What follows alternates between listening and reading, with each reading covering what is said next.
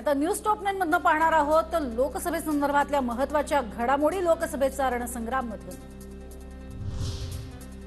उद्या दुपारी 3 वाजता निवडणूक आयोगाची पत्रकार परिषद। दुपारपासून आचारसंहिता लागू होणार। एकूण 60 टप्प्यात निवडणुका होणार।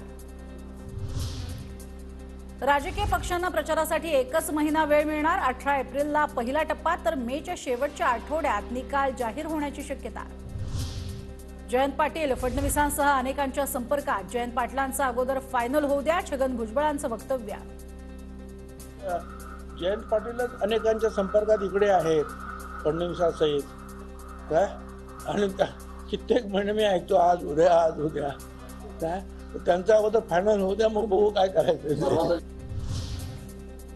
वसंत मोरेंनी घेतली संजय राऊतांची भेट। सामना कार्यालयात अर्धा तास मोरेंची राऊतांशी चर्चा। तर पुण्यात वॉशिंग मशीन नको, वसंत मोरेंची प्रतिक्रिया। म्हणणं आहे ते पुण्यामध्ये वॉशिंग मशीन नको, तर मी सुद्धा त्याच मताचा आहे की पुण्यामध्ये कोणत्याही परिस्थितीमध्ये वॉशिंग मशीन नसली पाहिजे। सगळे जे विचाराचे आहेत त्या विचारासाठीच मी या ठिकाणी थांबलेलो आहे।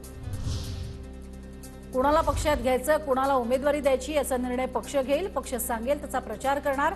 काँग्रेस आमदार रवींद्र धंगेकरांची प्रतिक्रिया। कुणालाही उमेदवारी दिली तरी कार्यकर्ता म्हणून मी काम करेन, असंही वक्तव्य। पक्ष जो आहे तो निर्णय पक्ष घेऊ शकतो। कोणाला पक्षात घ्यायचं, कोणाला उमेदवारी द्यायची हे पक्ष ठरवतो। पक्ष जो निर्णय घेईल तो शेवटी काँग्रेस पक्षाचा उमेदवार आपल्याला निवडून आणायचा। जो निर्णय घेईल आणि ज्याला घेतील, ज्याला उमेदवारी देतील तो आपल्याला कार्यकर्ते नाते मानले। आपल्याला शेवटी काँग्रेस पक्षाच्या उमेदवारासाठी, मित्र पक्षांच्या उमेदवारासाठी आपल्याला काम करायचं।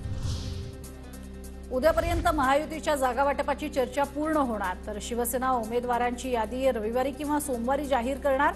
आमदार संजय शिरसाट यांची माहिती। तर एकत्रित पत्रकार परिषदेतनं यादी जाहीर केली जाईल, अशी ही माहिती।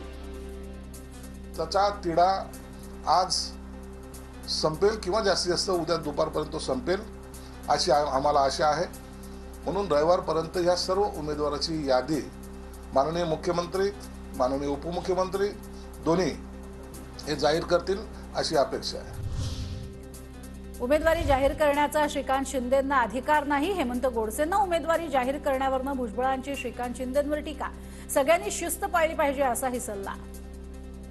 साहेबांचा चिरंजीव म्हणून नाही तर खासदार म्हणून लोकसभेमध्ये गोडसेंबरोबर करत असलेल्या कामाचा त्यांना सुद्धा त्याचा अनुभव आहे। म्हणून त्यांनी जर एखादा नाव घोषित करायचा प्रयत्न जरी केला असेल त्याला त्यांनी अधिकृत शिंदे साहेबांनी दुजोरा दिलेला नाही, म्हणून एवढं सिरियस घेण्याचं काही कारण नाही। हॉटेल ट्रायडंटमध्ये मवियाची बैठक झाली। लोकसभा निवडणुकीच्या जागा वाटपासंदर्भात मवियाची महत्त्वाची बैठक होती। यावेळेला संजय राऊत, जयंत पाटील, थोरात, नाना पटोले उपस्थित होते। दक्षिण मुंबईतनं अरविंद सावंतांच्या उमेदवारीची घोषणा। उद्धव ठाकरेंकडून अरविंद सावंतांच्या नावाची घोषणा। अरविंद सावंत यांना तिसऱ्यांदा लोकसभेत पाठवा, ठाकरेंचं आवाहन। आपल्याला सर्वांना विनंती करतोय, तुम्ही सगळे माझे कुटुंबीय आहातच। आपल्याच कुटुंबातील एक अरविंद सावंत, ज्याला 2 वेळेला आपण खासदार म्हणून पाठवलंच आहे, पुन्हा तिसऱ्या वेळेला सुद्धा अरविंद सावंत यांना समोरच्याचं डिपॉझिट जप्त करून लोकसभेत पाठवा ही विनंती करतो।